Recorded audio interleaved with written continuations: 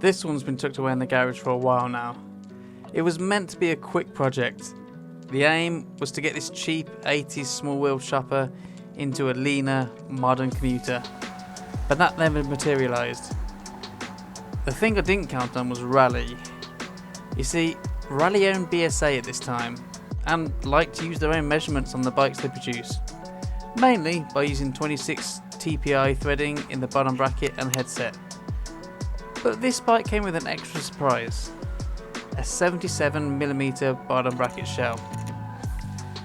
That's something that needs a little bit of extra work, and to be honest, it made me just hang up the frame and forget about it. Until today. So this is the shell in question. It currently measures 77mm wide and has a Raleigh standard 26 threads per inch. I want to drop a cartridge bottom bracket in there, so I'm going to re-tap the threads to 24 threads per inch and trim down that shell to 73mm. Retapping the threads is the easy part. The tool I use is a cheaper cyclist tap, but it gets the job done. By sliding the two parts of the tool together, each side can cut in a straight line and alter the older Raleigh threads.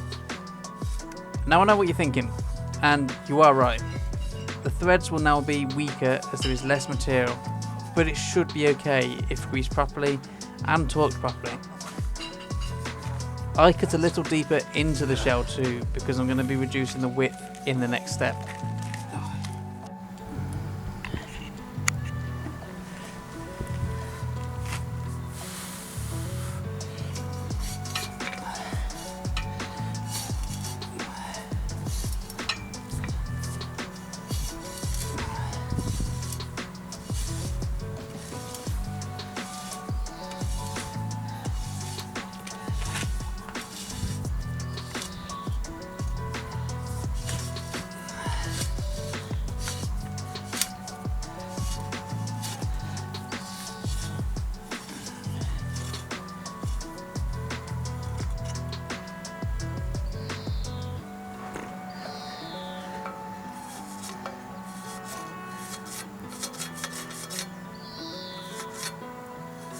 Hey, what? There's a weld nut there, and no wonder that was so tight.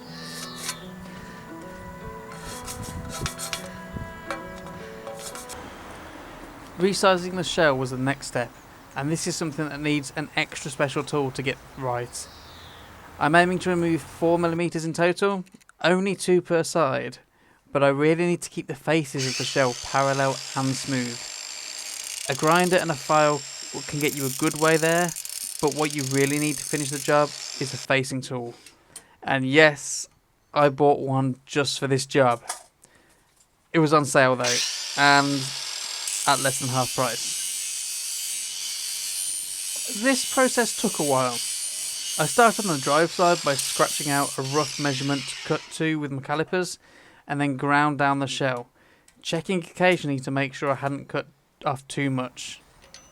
Once I was happy with how much had been removed, I grabbed the facing tool. This tool requires 2 bushings to be threaded into the shell to act as a guide. They need to be greased up and set lower than the surface to allow the cutter to work. It's also important to keep the cutter lubed up to help it cut easier. Bit by bit, I cut away the metal to leave a smooth, flush surface for the bottom bracket to mount to. And yes, I took a few measurements along the way to make sure I was accurate.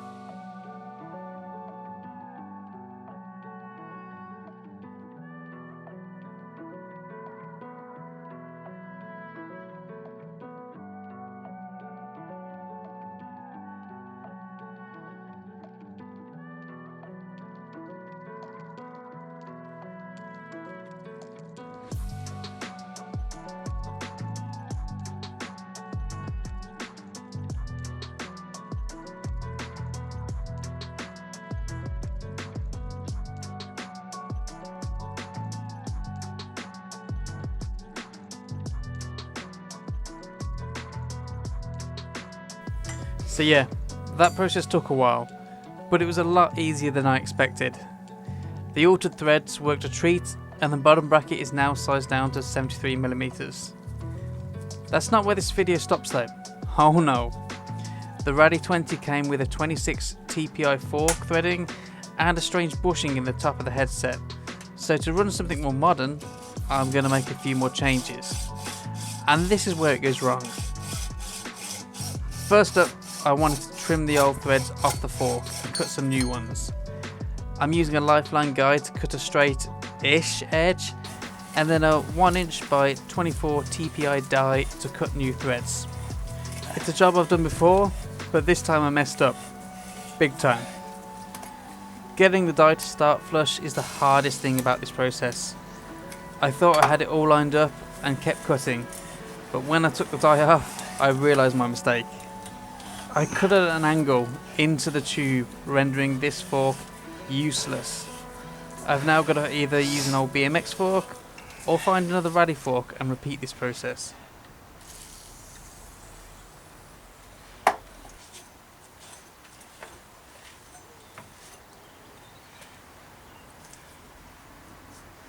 That's all weird. Because that's been ground back. Oh, that is not going straight at all.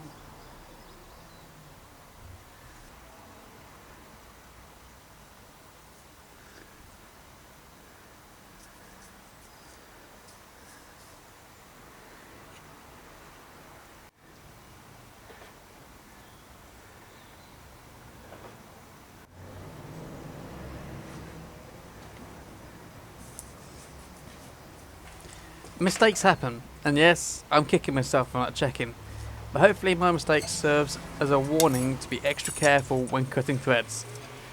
Even with the fork ready for the bin, I wanted to show the next steps. Older Raleighs have a fork dropout spacing of around 85mm, whereas modern quick release hubs 120? have a 100mm spacing. I figured a bit of cold setting could correct this. By using a bit of threaded rod with 2 nuts internally, I can wind one 100. or both and There spread we the go. fork legs apart. You need to take it past the 100mm goal though, So it's just and I ended up at taking them 101. to 120mm before it relaxed to 100.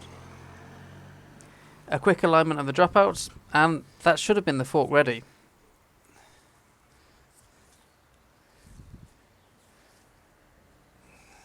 Okay.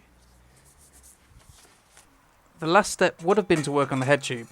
With a shorter fork steerer, I need to trim the head tube down a little, but without a working fork, I don't know how much to remove. So for demonstration purposes, here's a little bit of cutting and filing. A good rule of thumb would be to have the head tube length set to the fork steerer length minus the stack height of the headset. I'll work that out when I get my new fork though. I'm a bit disappointed I couldn't show you everything properly this time around, but hopefully this video gives you an idea of the modifications you need to make to one of these old Raleigh shoppers. To finish off for today, I ended up cutting off the chain cover mounting bracket and grinding and filing it smooth, and then did the same to the steering lock on the head tube. Once I find a replacement fork, I'll get to building this bike. I'm not too sure on the gearing yet, but it's definitely having BMX bars and BMX size wheels. With the original front and rear racks, it should make a nice comfy shopper. It would be nice if I got that electric boost too. But anyway, hope you enjoyed this video. If you enjoyed the content, don't forget to subscribe and like the video. Comment down below any tips and tricks you might have for an old shopper. Thanks for watching. I'll see you in the next one.